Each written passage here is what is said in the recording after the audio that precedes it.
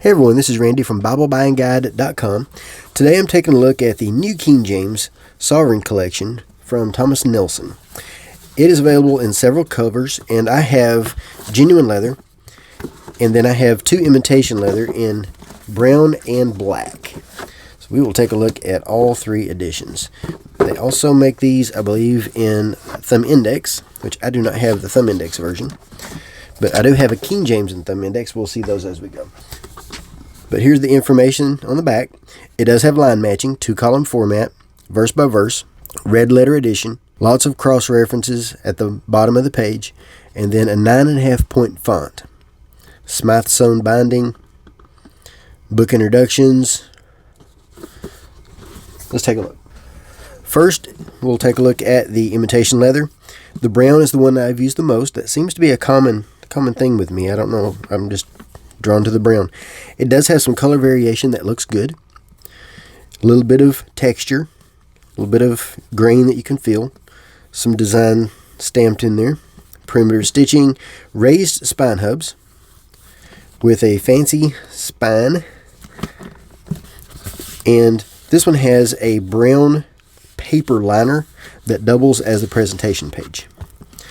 Then a brown satin ribbon, 3/8 inch ribbon for the Old Testament, and then red for the New Testament, bright cardinal red. The black one, a little bit different texture.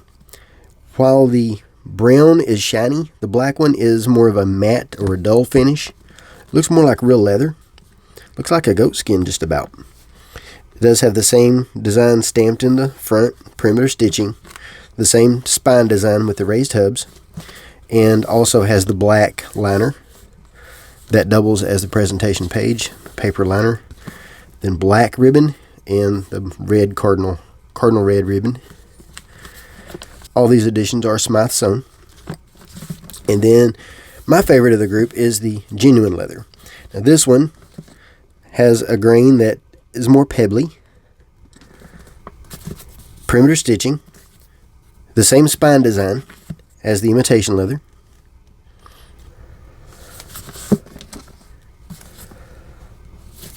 And the genuine leather has an edge-lined, heavy-duty vinyl liner. And then this one also has a black ribbon for the Old Testament and the cardinal red for the New Testament.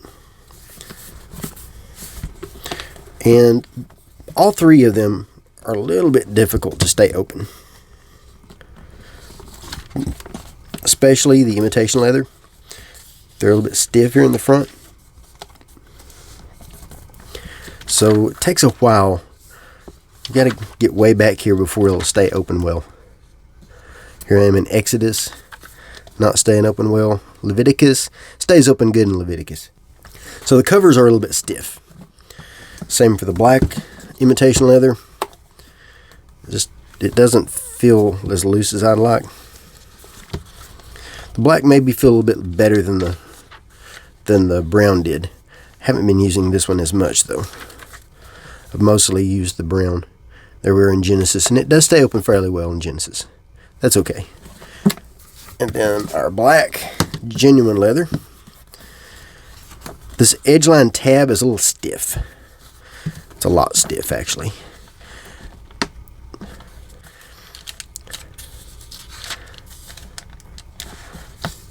All three editions are made in China. Now that's a little too stiff for me. And it causes that little hump there. I don't really like the way that works. So that's why I have used the imitation leather more than I have the genuine leather. Even though I like the leather cover better, I like using the imitation leather a little bit better because of that. So here's the one that I've used the most. Let's go ahead and take a look at it. It's still a bit stiff here though. Wish it wasn't quite so stiff.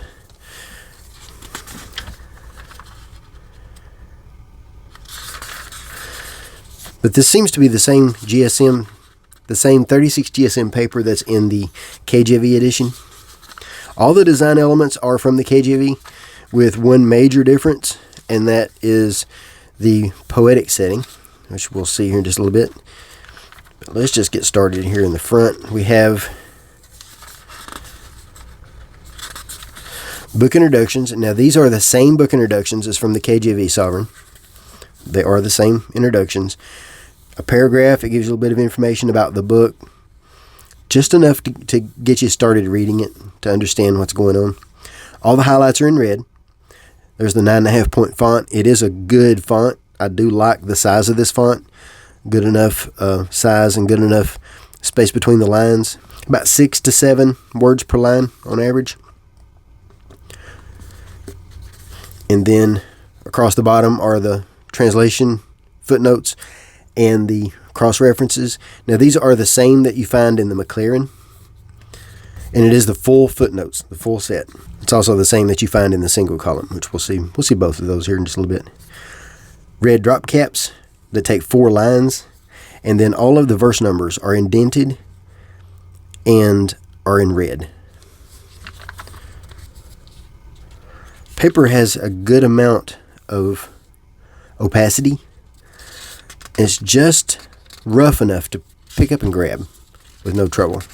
Had no issues turning pages. It's a good red. I like that.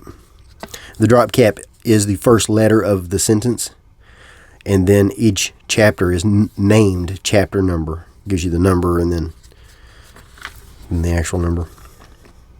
Lots of cross references. This is a good reference edition. Across the top we have the book name with chapter and verse number in red. On the outer margin, inner margin, we have a page summary, which is not normally seen in a New King James. I like that. And then page number in the middle. Letters are indented. I love it when letters are indented. You can tell at a glance that is a personal letter. I think that should be standard. I like to see the KJV done with that. And then here is the poetic setting. It's the standard verse by verse poetic setting that you're going to see in the New King James. And it's done well. Just like most of the current New King James editions, they're broken in good places. It looks really good. But it is just the standard double column verse by verse poetic setting that you do see. So there's nothing different as far as the design goes, other than the fact that it has the red drop caps. That's the main difference that you're going to see from other editions, which we'll compare. And there's the red. It's a good red. Good dark red. It's not too pink, and it is consistent all the way through.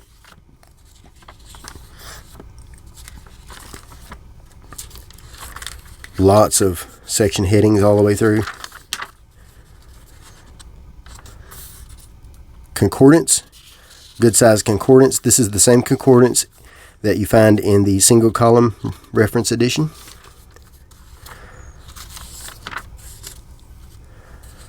Really good concordance for study. So here's how many we have for faith. Just as an example. Faithful, faithfulness, faithless.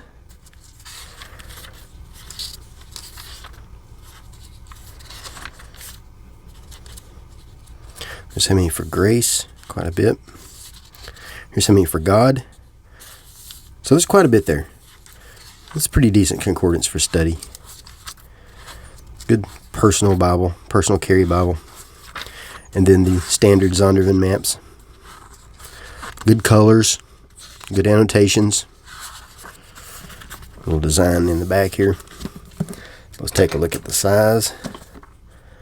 5 3/4 by almost 9, 8 7/8, I'd say, and 1.5 inches, 2 pounds 3 ounces in that range. And there's the genuine leather, 2 pounds 4.7 ounces. So here's how this compares to the King James. Now this is the King James Sovereign Collection, and this one is the Thumb Index Edition. So we'll compare brown to brown. Same footprint, same size, same design, just a little bit different color. And then we'll see inside, same design.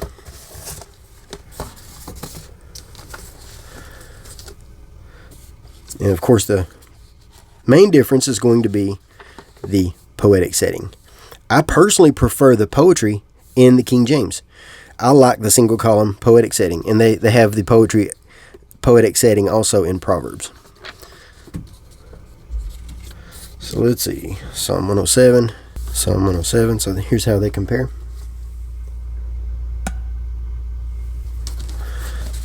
Font size is the same. King James has the KJV font designed by 2K Denmark. The New King James, the NKJV font designed by 2K Denmark. And for me, one thing that sets the Sovereign apart from other editions is that single column setting. The KJV Sovereign it takes design cues from the Schuyler Canterbury, which is one of my favorite Bibles, and it reflects those well. It does a good job with that type of design, but the New King James sticks more to the traditional New King James design. And after seeing it in the KJV, I kind of wanted to see the New King James follow that same design. I understand why they didn't do it. This is the standard New King James design. You can't just go changing things like that, but I do like the way that looks. But there's how the KJV compares. Same paper, same materials, everything else is the same. Here's the McLaren. Actually, technically, this is the Preaching Bible. I picked up the wrong one. But it is exactly the same text block. Might be a little bit different in the cover. But that's the footprint's exactly the same. It's the same text block. McLaren and the Preaching Bible are the same.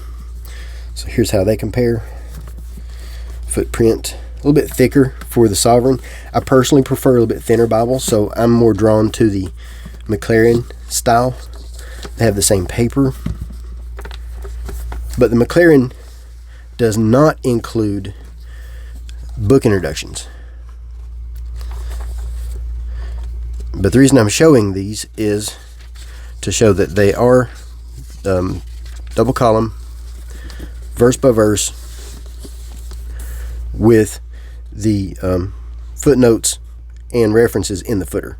And the difference being between the two being that the McLaren has blue highlights instead of red, does not include the book introductions, does not include a concordance, and has a little bit more words per line.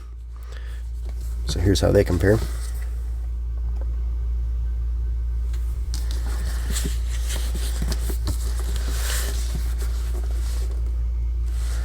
Get an idea of the text.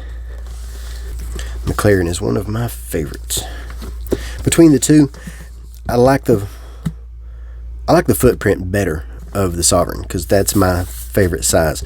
But at the same time, I don't really care for a lot thicker Bible, because the thicker the Bible, the more it goes into the gutter, and we see that is happening here just a little bit. Partially because this is so stiff, but they do have a little bit of gutter space in there, so that does bring it out a little bit. But it is so stiff that it does want to pull that text into the gutter just a little bit.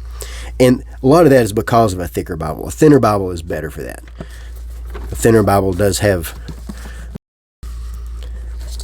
a better inner margin in general. And then finally, the single column reference Bible from Thomas Nelson. Now this also suffers from being thicker. It's even thicker than the Sovereign is, but they have the same footprint. Both are genuine leather, but they have a different grain. The genuine leather blue on the single column is a long streaked grain, that river grain, rather than the pebble grain. I like them both. And the genuine leather on the single column is paste down. Here's the main difference though. The paper in the single column is a premium paper. It has a slight glare under certain lighting, but overall I do prefer the paper in the single column. It is a little bit more opaque, feels a little smoother. It just feels a little bit more elegant. It has a better color to it, slightly off-white rather than the brighter white of the Sovereign. And then you can see here the main difference being the layout, single column versus double column. Anytime you're looking at this type of poetic setting, to me, single column always looks better. They have the same references, same footnotes, the same highlights, same font. Everything else is the same. Here's how they compare. And we'll compare prose as well. We'll show some New Testament. So here we have black letter versus red letter. That's how they compare. I'm actually more drawn to the single column. It just looks a little cleaner to me. It's a nice Bible. They're all nice. They're both good choices. So that's my quick look at the New King James Sovereign Collection from Thomas Nelson. I personally prefer the single column Psalms in the KJV, but I like this one.